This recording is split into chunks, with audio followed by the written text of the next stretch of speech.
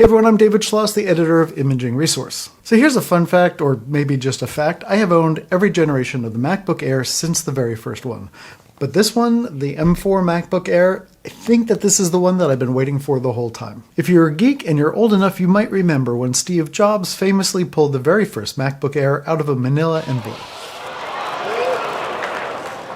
This is the new MacBook Air. And now, here we are with the M4 version, and it might finally be the version where there is no trade-off. That thing looked to me like the future had arrived. And for its time, it had. Back then, Windows laptops were just these bulky, thick pieces of plastic, and they didn't look good, and they weren't that powerful, and it was hard to carry them because they were heavy. So I still fondly remember sitting in that auditorium, watching that MacBook Air come out of the envelope, and I was sold. Literally, I went and bought one the second that it was on sale. That machine was not fast. I saw more spinning beach balls than if I were at the Jersey Shore. This review is based on the 15-inch version, but this mostly all still applies to the 13-inch model, as it's very similar, but, smaller. Okay, so on the outside, the M4 MacBook Air looks pretty much identical to the M3 and the M2 models.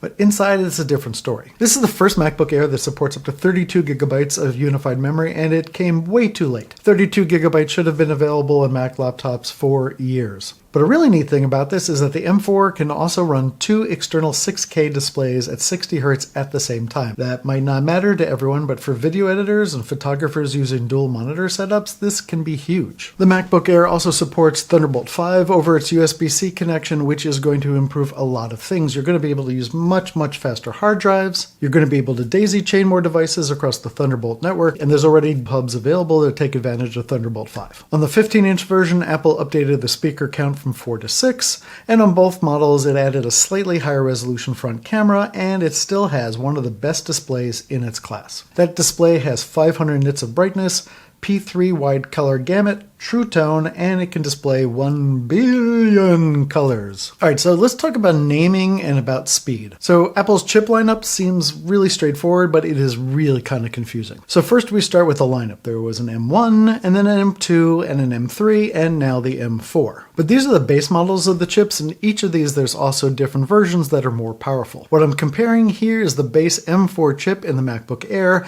to the base M3 chip that was in the previous MacBook Air. Okay, so here you asking how much faster is the M4 than the M3? Well, it's about 25-30% faster for multi-core tasks, and it's about 15% faster in graphics. Now, a lot of the apps that photographers and videographers use are, of course, graphics-heavy apps, so you're only going to get, a little bit more than a 10% bump there. But for the rest of your work, that 30% can make it a lot faster. So you might look at something like the Mac Studio and go, well, that's got an M4 chip in there. That must be the same speed as the MacBook Air, but that is not the case. And that's because Apple has different versions of each chip. And so the M4 has both an M4 Pro and an M4 Max. But compared to something like the M4 Pro, the M4 in the MacBook Air is probably about 40% slower. So let's talk about who this is for. If you're a photographer using Lightroom, Capture One, or even Photoshop, this machine is blazingly fast. It will not slow you down. If you're a videographer using Final Cut or Premiere or Resolve or CapCut or any other editing app, most of the editing feels just as smooth on this as it does on my desktop, but that's mostly thanks to proxy workflows. Most of the time you're editing video, you're really editing smaller versions of the video file than the 4K or the 8K files you're working with, so the speed doesn't slow down, but that's the whole reason that you edit proxy files anyhow. You'll only really notice that speed difference when you're exporting.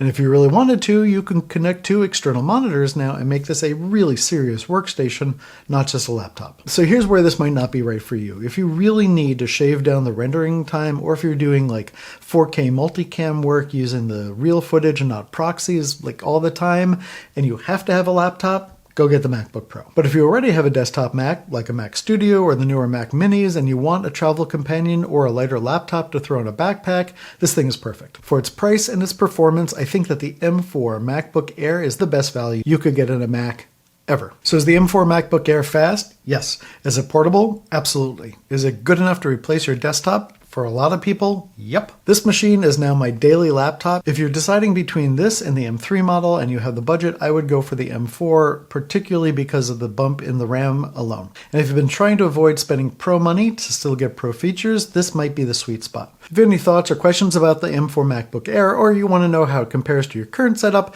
drop a comment below. I love talking about Macs. And then if you can hit the like button or the subscribe button wherever it is on the screen right now, please go ahead and do so. For Imaging Resource, I'm David Schloss, and until next time, go out and give it your best shot.